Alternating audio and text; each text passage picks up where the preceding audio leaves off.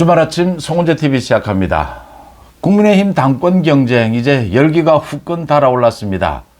초반전 이 구도 싸움이 이제 끝나고 다음 주부터는 본격적으로 중반전으로 접어듭니다. 이제 각종 여론조사도 발표가 됐습니다. 가장 중요한 이 당원들에 대한 여론조사, 그건 시간이 좀 걸릴 것 같습니다. 다음 주에는 나오지 않을까 이렇게 보입니다. 이제는 국민의힘 지지층, 또 중도층, 전체 국민을 대상으로 한 이런 여론조사가 나오고 있습니다.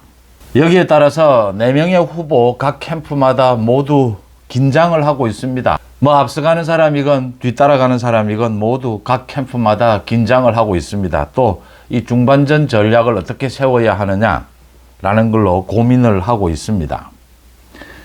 언제나 그렇듯이 경선, 이 선거가 치러지면 치열합니다. 치열해지면서 거의 선거는 죽기 살기 모양이 됩니다. 또 지지층에서도 자기가 지지하는 이 후보가 확실하게 있을 경우도 있고 이제 지켜보는 경우도 있습니다.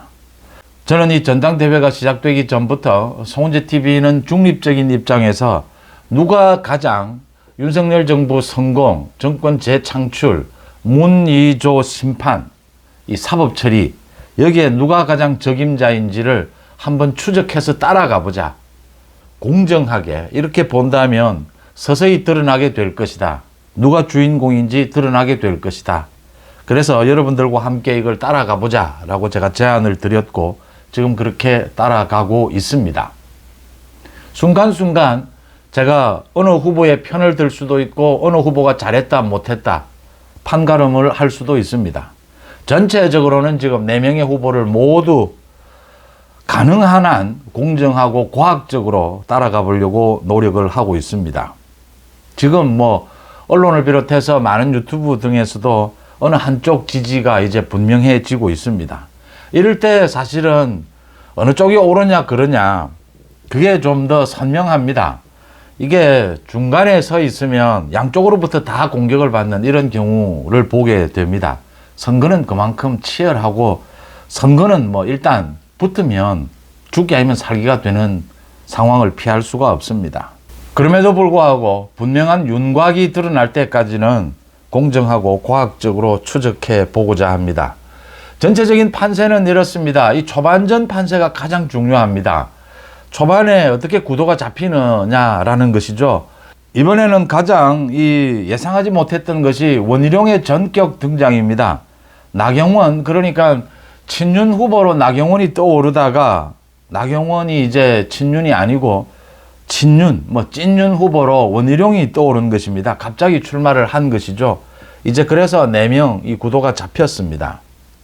각종 여러 가지 여론조사를 보면 한동훈이 절반 이상, 과반 이상의 지지율을 받고는 있습니다. 그 다음 원희룡, 나경원이 10%대의 지지율을 받고 있습니다. 윤상현도 있습니다.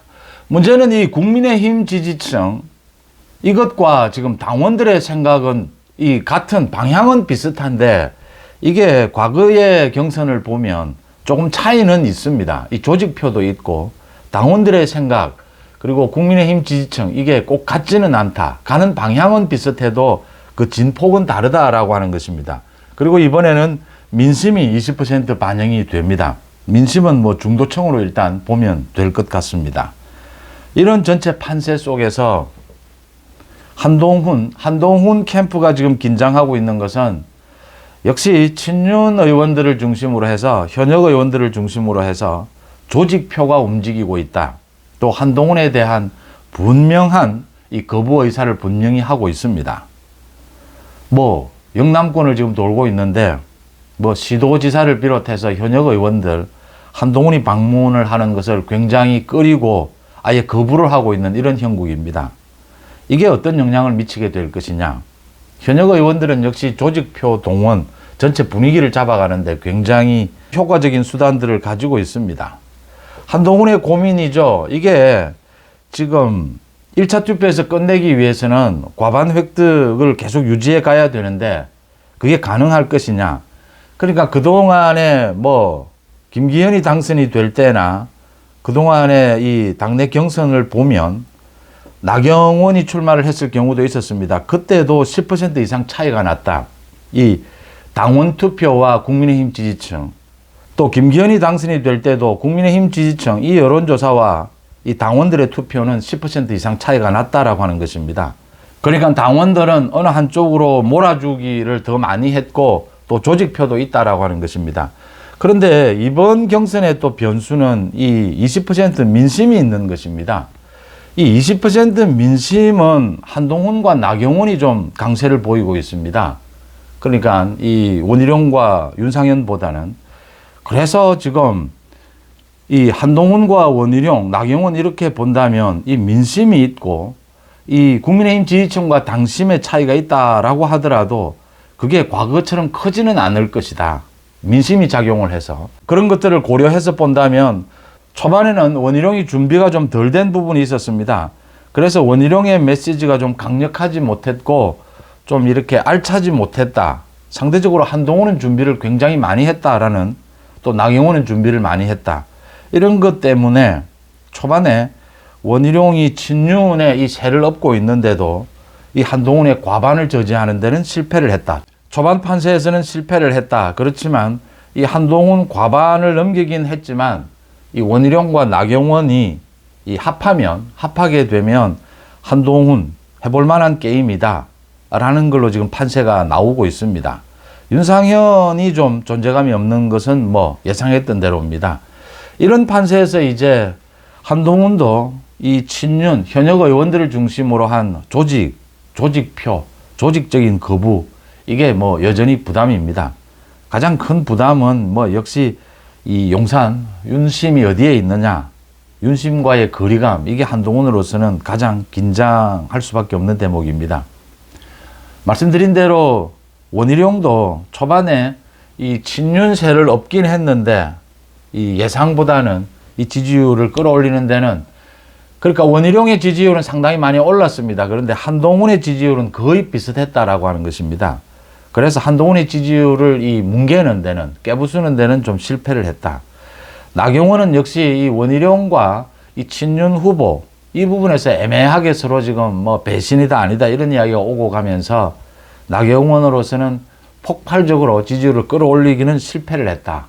또 앞으로도 이 구도가 한동훈 원희룡 구도로 이렇게 굳어지는 것을 막아야 하는데 그걸 어떻게 막을 수 있을 것이냐.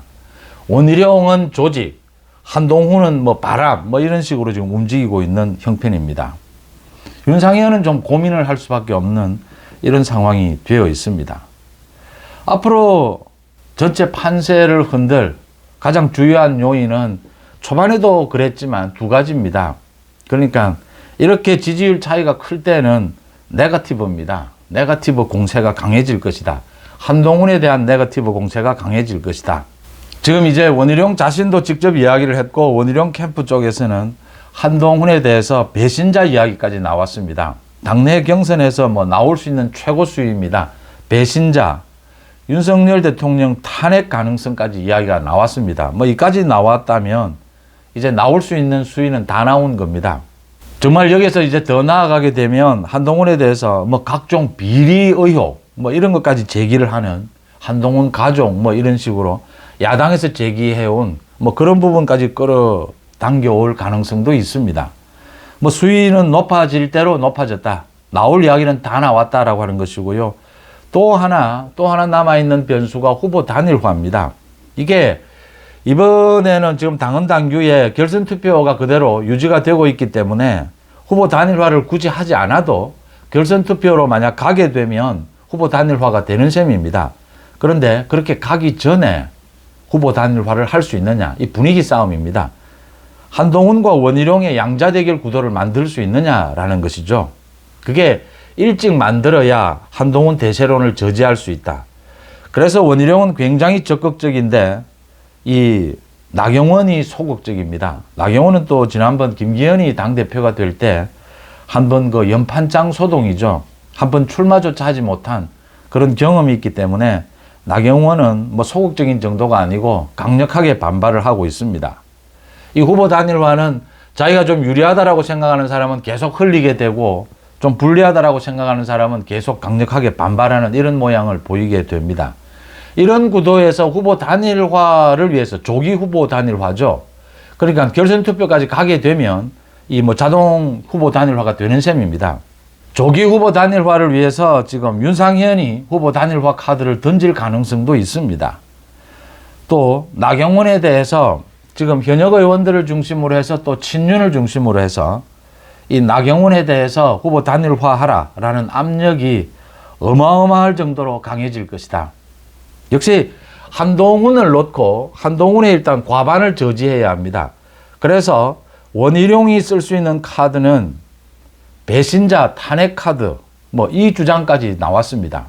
이건 뭐 근거 없는 사실은 네거티브입니다. 그런데 원희룡 입장에서는 지금 뭐 수단 방법을 가리지 않는다, 뭐 이런 상황이 되어가고 있습니다. 그 다음 후보 단일화를 위해서 나경원에 대한 압력이 갈수록 거세질 것이다.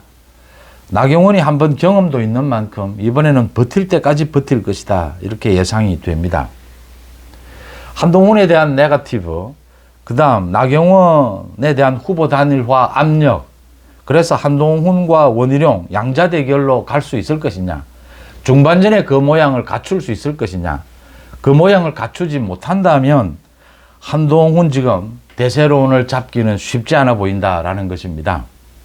조직표, 현역 의원들이 한동훈에게서 거부하고 한동훈에게서 떨어져 나가는 것이 분명해지고 있습니다. 지금 전체적인 현역 의원들의 분위기는 이 윤심이 원희룡에게 있다. 그래서 한동훈에 대해서 거부감을 분명하게 드러내고 있습니다. 이게 한동훈으로서는 굉장히 위기 상황이다 이렇게 보입니다.